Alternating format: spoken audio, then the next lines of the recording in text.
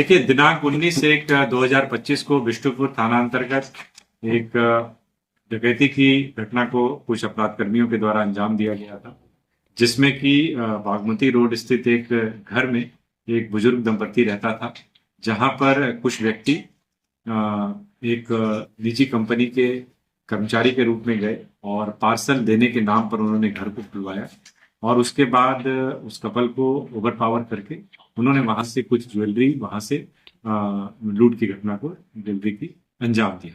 इसके बाद तुरंत ही इस घटने की संवेदनशीलता को देखते हुए पुलिस अधीक्षक नगर के नेतृत्व में एक एसआईटी का गठन किया गया, जिसमें कि डीएसपी सीसीआर, थाना प्रभारी बिष्टुपुर व अन्य पदाधिकारी शामिल थे और इनके द्वारा मानवीय एवं तकनीकी या सूचना का संकलन करते हुए त्वरित कार्रवाई की गई और इस मामले में कुल मिलाकर के 5 अपराध कर्मियों की गिरफ्तारी हुई है, जिसमें कि एक ऑटो चालक भी है जो पहले भी इस प्रकार के मामलों में जेल जा चुका है।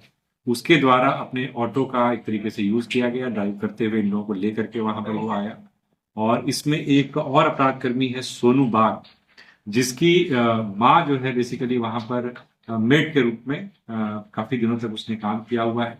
तो उसे इस बात का आइडिया था कि कौन लोग यहाँ रहते हैं, कौन लोग किस आर्थिक साख के हैं, क्या उनकी वित्तीय स्थिति है और कौन अकेले रहता है, कौन बुजुर्ग है, इस प्रकार की सारी जानकारी इसके पास में मौजूद थी। तो इसी को लेकर के इसने अपने अन्य दोस्तों के साथ, जो सभी अपराध कर्मी रहे, मोटा मोटी सभी का आपराधिक इतिहास है, और मिराज जो कि ऑटो ड्राइवर है उसके साथ मिल करके उन लोगों ने प्लान किया और उस दिन संयोग से शहर में एक बड़ा सांस्कृतिक कार्यक्रम भी एक जगह पर आयोजित था। तो उसका भी कहीं ना कहीं इन लोगों ने लाभ उठाने की कोशिश की और वहां पर पहुंचे और पहुंचने के बाद इस घटना को अंजाम दिया।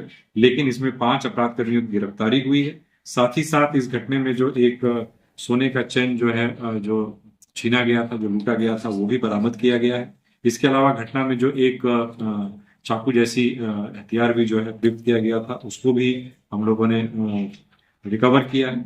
साथ ही साथ जो टेम्पो का उपयोग किया गया था वहां पहुंचने के लिए और वहां से भागने के लिए, वो भी हम लोगों ने बरामद किया है। और इसके अलावा जो मोबाइल फोन वगैरह थे वो भी अतिरिक्त रूप से बरामद हुआ। इसमें अभी भी कुछ गिरफ्तारी शेष है। ज्यादातर गिरफ्तारियां हो चुकी हैं 5 लोगों की, लेकिन कुछ गिरफ्तारियां अभी भी शेष हैं, जिसके लिए पुलिस छापामारी कर रही है। कुछ रिकवरीज भी अभी शेष हैं, जिसके लिए भी पुलिस लगातार प्रयास। सर मास्टरमाइंड कौन है सर?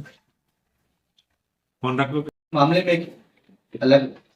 देखिए, इस मामले में जो एक आप कह सकते हैं कि एक इंटरेस्टिंग फैक्ट जो सामने आया है, इसमें जो मुख्य एक तरीके से कह सकते हैं जो अपराध कर्मी है, जिसने एक तरीके से जो टारगेट है उसको फिक्स किया और लोगों को जमा कर करके इस पूरी गतिविधि को या पूरी घटना को अंजाम दिया, सोनू बाग नाम का जो अपराध कर्मी है, ये पूर्व में भी इस प्रकार के मामलों में जेल जा चुका है और पूर्व में कदमा में एक बड़ी इसी प्रकार की घटना हुई थी, उस घटना में भी ये शामिल था।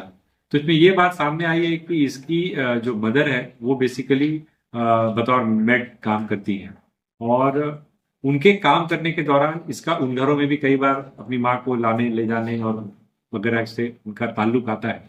और उस ताल्लुक के दौरान इसको जो जानकारी प्राप्त होती है उस एरिया के बारे में, उस परिवार के बारे में या उसके अगल बगल में रहने वाले परिवारों के बारे में, उसका कहीं ना कहीं ये बेजा इस्तेमाल इसने पहले भी किया और इस बार भी उसी सूचना का उसने कहीं ना कहीं से दुरुपयोग किया। चूंकि उसकी मदर वहां उस समय तक काम करना भी छोड़ चुकी थी, इसलिए इसके मन में एक बात ये भी थी कि अगर पकड़े भी जाएंगे तो अगर पुलिस जांच भी करेगी तो इस बिंदु पर संभवतः नहीं पहुंचेगी, क्योंकि अभी तो उसकी माँ वहां काम करती नहीं। और हम लोगों ने भी जब काम करना शुरू किया तो अन्य तरीकों से हम लोग को सूचना मिली, लेकिन जब वहां की मेड और वहां पर काम करने वाले लोगों की जब सूची निकाली तो इस तरीके की कोई बात सामने नहीं है। सही है। कितने अपराधी फरार हैं?